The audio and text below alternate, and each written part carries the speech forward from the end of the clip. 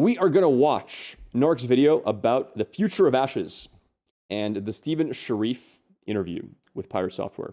Hey, what up, boys? So it's been about 3 years since we had a Steven interview with a larger content creator, connecting to a new audience, excited for Ashes of Creation's potential. But before we get into that, sit back, relax, and grab yourself a Coca-Cola, because with the I miss the old Coca-Cola sound. For those who know, they know. The old Coca-Cola sound was so superior to this one.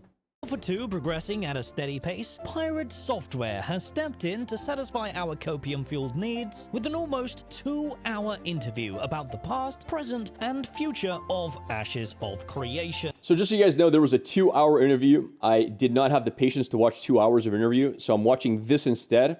It's an 8-minute interview. And now, with all that bollocks out of the way, let's begin, shall we? I can make it louder. Okay, so I'll break this video into 2 segments. A reminder of the systems which repeat previous answers from interviews in the past 4 years, and all the new information that Thor managed to coax out of Steven that generally reflects design changes due to feedback and iteration. So with that said, let's start with the basics. Monetization in Ashes of Creation. We know Thor's what this question is. was related to the long-term vision, and Steven explained his plans thoroughly, as well as his stance against pay-to-win. Ashes of Creation is planning to be a no-box cost monthly subscription game that utilizes a cosmetic-only microtransaction store. Steven has a very passionate distaste for pay-to-win mechanics in MMORPGs due to his beloved games. Wait, wasn't he a big-time swiper, though, to be fair? I'm pretty sure Steven had the MasterCard swiping all day. Now, to be fair, you can swipe and still dislike swiping. So. Being ruined by them in the past. This, in fact, was one of the major reasons for Intrepid Studios being formed, which gave birth to the project, so we can be confident in the fact that this MMO will never have any form of pay-to-win or convenience-based microtransactions added to it ever. In addition, Thor also asked about regional pricing for the subscription, to which Steven explained that there will be no region locking, but certain regions will have harmonized subscription prices that better reflect their local economies. Harmonized regions will be segregated from other regions, making it more fair across the board to prevent issues that existed within other MMORPGs. Our next question was related... Okay, wait a second. So, first of all, that kind of is region locking, at least to my understanding. So, how I understand is going to be is the following. There will be certain regions where you can pay a lower monthly cost. So, for example, let's say you live in South America, you live in Venezuela or Brazil or whatever. There's going to be South American servers, and you can pay, let's say, $6 a month or $5 a month to play Ashes. But you can only play on those servers if you're paying that price, right? You can't pay $5 a month and play on an NA server. And this is basically to prevent people from like using a VPN to sign up as a South American, paying $5, and then playing on NA anyway, because they are in NA. It's to prevent people from like scamming the system and paying less than they're supposed to. That's my understanding of how it is. And that is kind of region locking, because again, you pay a lower monthly sub, but you're locked to the region that you paid for. To the current lack of... Yes, you can pay US prices and play on US servers. Yes. soul-bound equipment, and whether that is the intended game design. Steven explains that, yes, Ashes of Creation is aiming to be a free market, meaning all gear and all loot can be equipped and then traded amongst each other. However, currently in Phase 1, the game is missing a lot of important mechanics related to the economy, such as item deconstruction, tempering, enchanting, etc., which are meant... I thought enchanting was in. I haven't done it yet. But I know in the pre-alphas, we had enchanting. So, guys, correct me if I'm wrong, but enchanting is in the game, right? Anyway. To sink items out of the economy and stabilize the market. This actually led Thor onto a discussion about RMT, which prompted Steven to explain in detail their plans for combating this problem, as both Thor and Steven are very passionate about it. Steven explains that the battle against RMT only ends when a publisher or company gives up, and ensured audiences that they plan to fight this fight indefinitely, because not fighting it actually harms them far more than pushing them back. Zerg mechanics were the next big topic discussed by... Yeah, RMT is a really big problem in every one of these games. So first of all, a $15 monthly sub already strongly combats RMT. Why? Because for people to run bots to actually farm all this gold, they have to pay money. So whenever they lose a bot to a ban, they not only lose all the time they spend farming, they lose 15 bucks. So there's an entry price for using bots. Second of all, this is a bigger deal. Usually, if you have bots running stuff, in order to make good profits on those bots, in order to make good gold, you need to get higher level on the bot, which means, or even if it's not a bot, even if you're farming normally, you need to spend a significant amount of time leveling your character up. So that might take a month or so, right? Before it can even get to the point where it can make good money. And if you get an account that's banned for RMTing, you can lose months and months of progress. So yes, you can combat it. The payment system definitely helps with that. The $15 per month helps a lot with it. But there's other factors to consider. For example, I think one of the big things that they're doing is they're going to have in-game GMs on every server. Just being able to talk to a human being and saying, hey, I spotted a bot. The bot is over there on a ticket. And the GM can actually go there, check to see if it's a bot, and ban them. I think that's a really big deal. Also, if they are strict on RMTing, and if they're willing to permaban people, because there's a lot of games out there, you get caught RMTing, they give you like a temporary ban. So everybody does it. Oh, if I get caught, well, I guess I'll be banned for a week. Okay, well, I'm going to risk it. If you hear that everybody who RMTs and is caught is permabanned, most people will not risk an account they've had for like 8 months, a year. The vast majority will not risk that. So while people will get away with it sometimes, it will not be as far spread and common.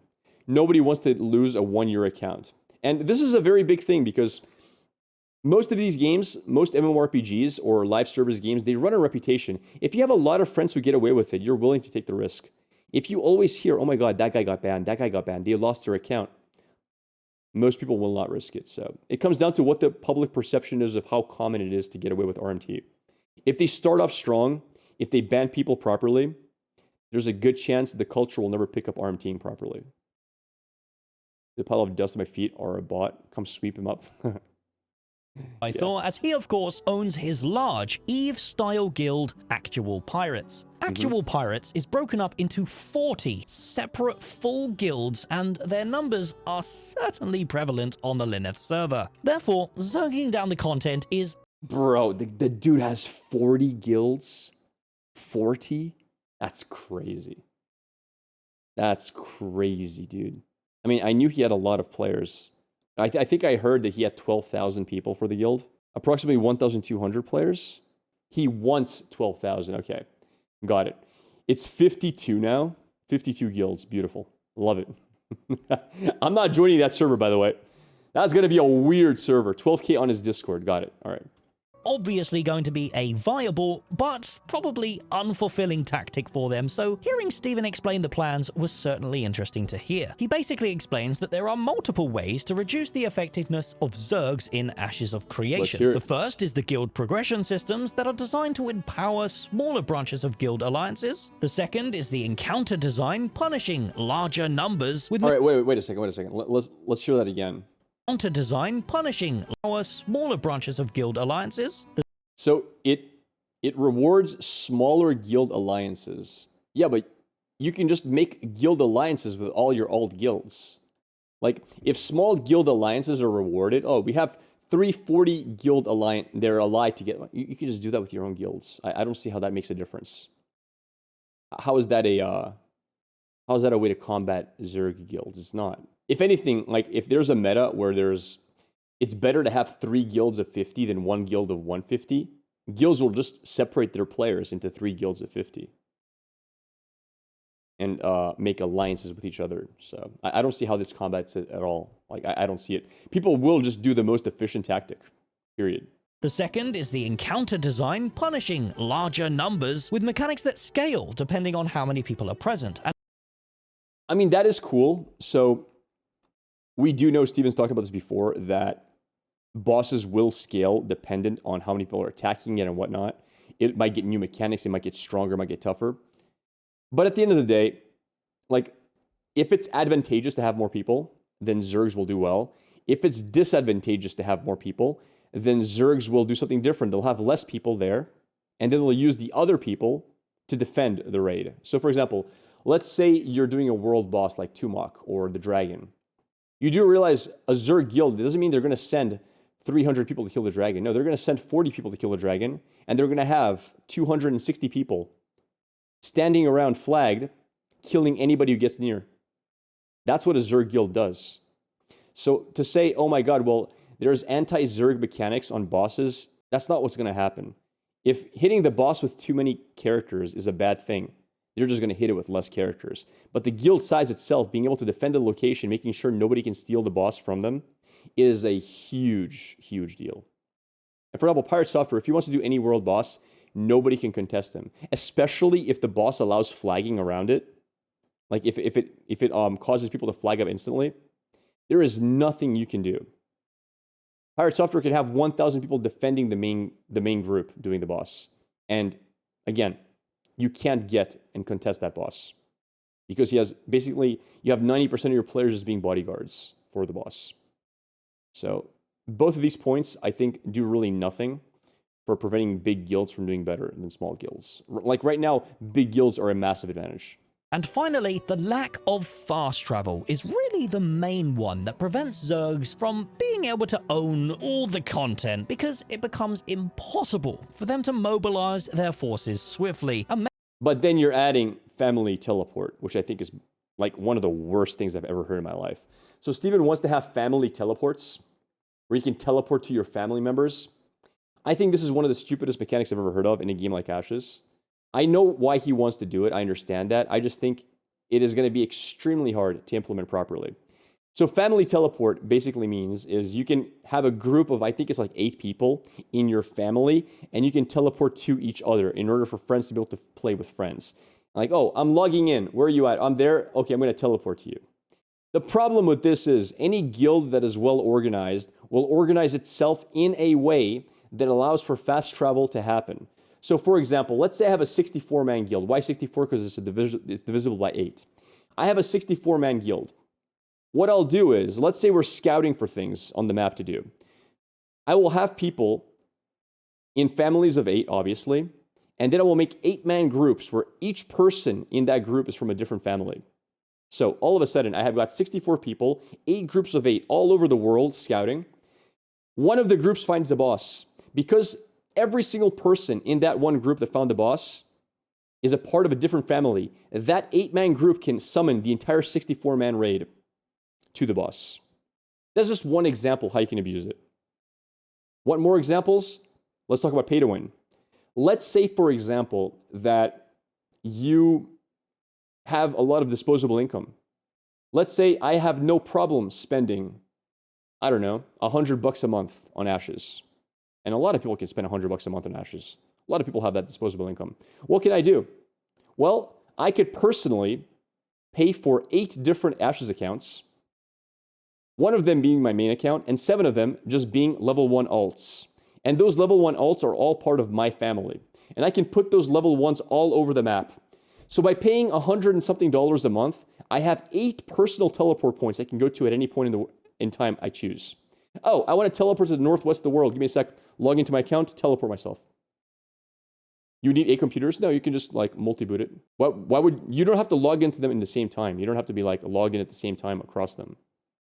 Virtual machine, log into one of the so I would name my alt accounts are like this: northwest, northeast, north, south, southwest, southeast, etc. Wouldn't they need to be online? Yeah, you just log into both. You log into your main account, you log into your alt account on a different virtual machine, and now you have your own personal waypoints all over the world. You might have a cooldown, doesn't matter. No, first of all, he said it's like, so from what I remember, he said he wanted it to be like an hour cooldown or like a 30-minute cooldown, which is insane. But even if it's once a day, even if it's a 1 time a day cooldown to teleport, that means once a day you can teleport anywhere on the map you want. So that is not only like anti what he wants in terms of fast travel, it's also kind of pay to win, because you could set up a character that has just free reign of the world. He can go wherever he chooses to go. And that's a problem. I think the system is just a bad idea overall. At this point, you're taking a game where there's no way to fast travel anywhere except for very niche scenarios like really high-level nodes giving teleportation, and you're giving people access to a super form of travel.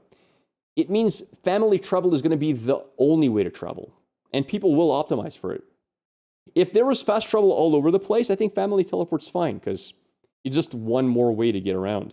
But if it's very hard to find ways to get around the world, but family travel is the exception, people are going to optimize for family travel.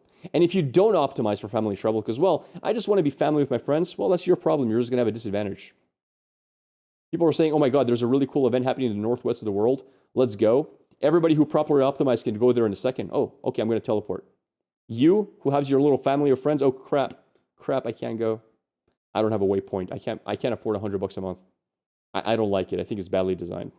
Anyway, besides the point, people will be able to go around the world if family teleport's included, 100%. Good guilds will optimize for it, 100%. Major component that other MMOs had and Ashes of Creation doesn't. Our final recap question from previous interviews touches upon Ashes of Creation's crown jewel, the node system. Thor asks about the current state of node mayorship being purely on an electoral system, meaning the mayors of nodes are usually decided by a popular vote. However, this is only one of 4 node types planned for Ashes of Creation, and as the phases roll out, these other 3 node types will come online. Right now, Correct. All nodes are classified as scientific nodes using a voting system. But when Phase 2 drops, economic nodes will be introduced, which use a bidding system to determine the mayor. Then, when Phase 3 arrives next year, military nodes will be introduced, using a team-based point-style system that focuses on a node-based arena to determine their mayorship. And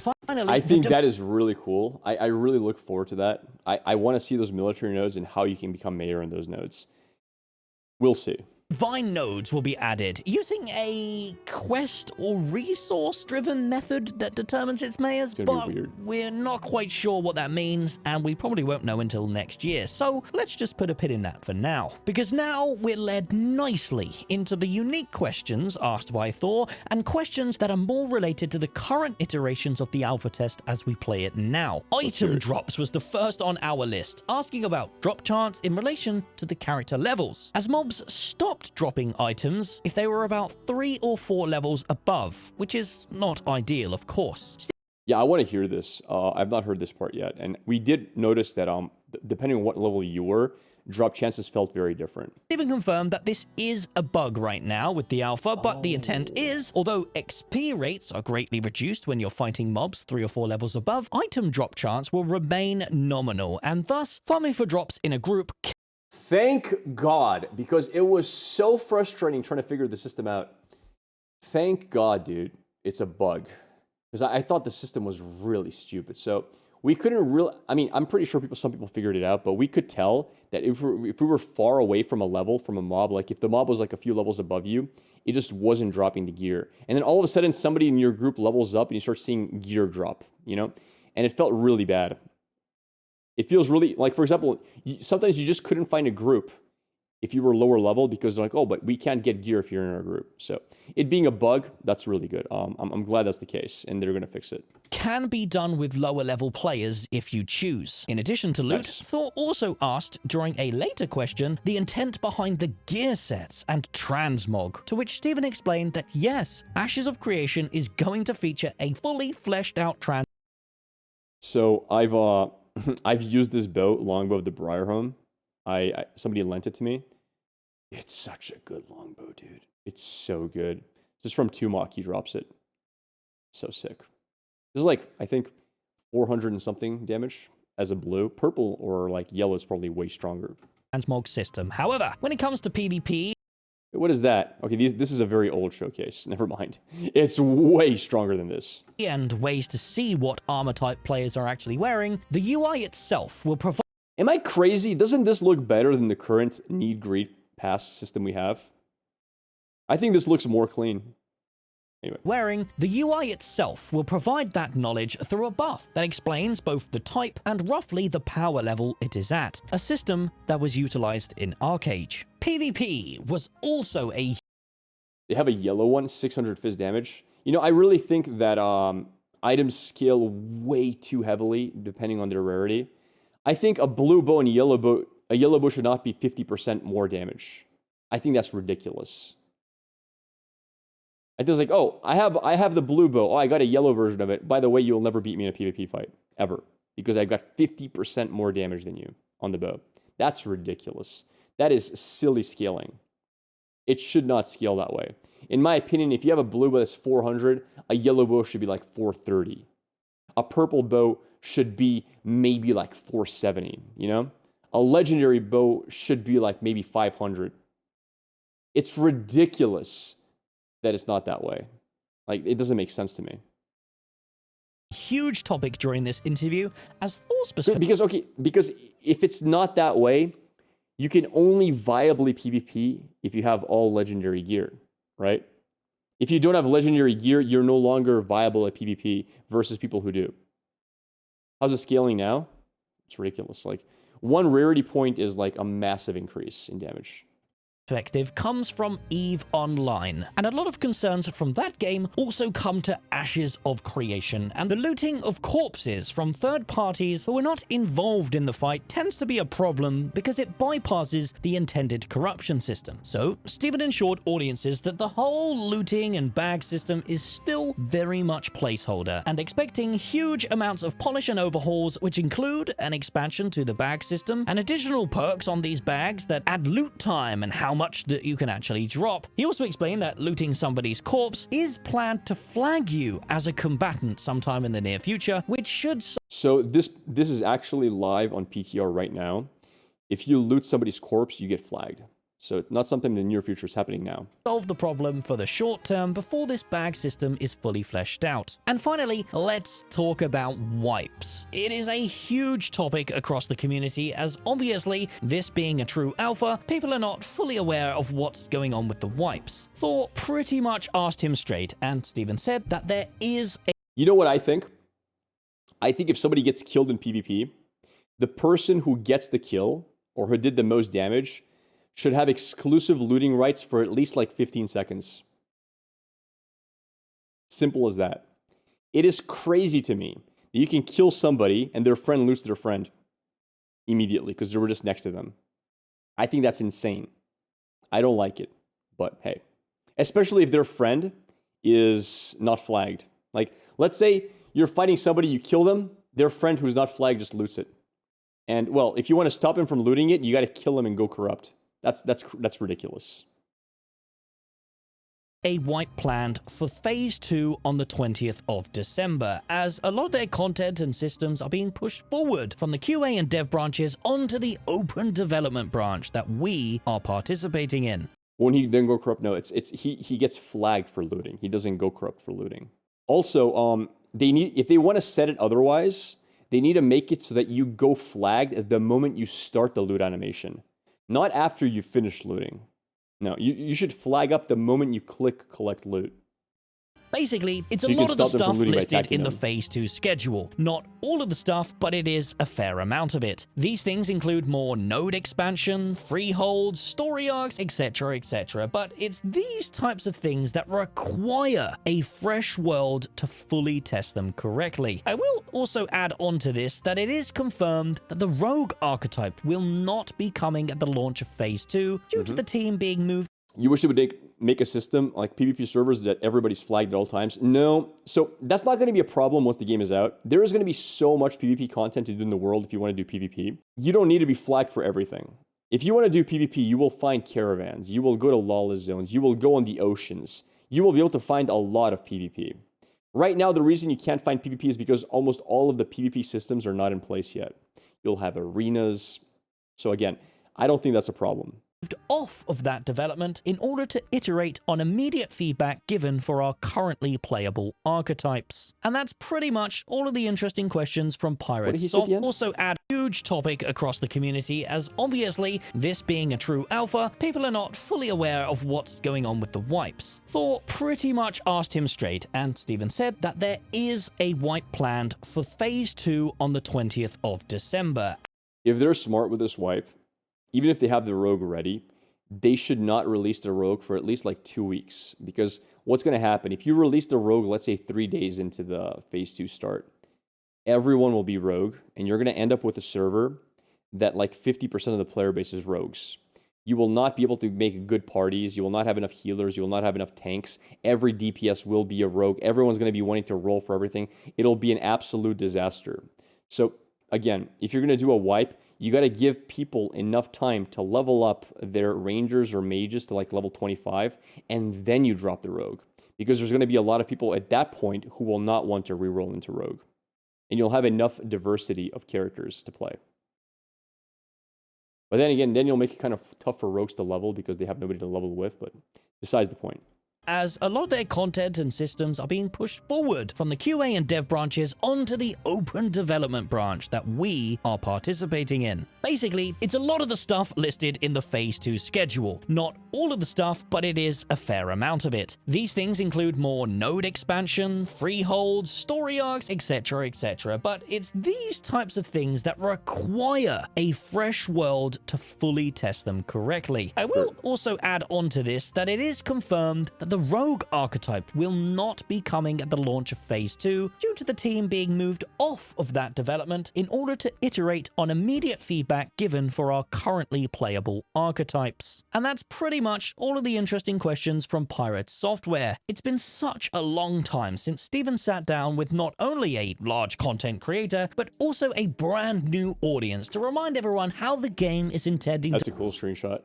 to work by the time it releases in 2077. If you're looking for some more of the good stuff, come join us over at twitch.tv/Darkiverse, and I'll see you in the next one because you're high on copium. Not a bad video. Not really much new information, but not bad, not bad. At least we have confirmation that Rogue is not going to be out early, and that there's going to be a wipe. Those are two pretty important things.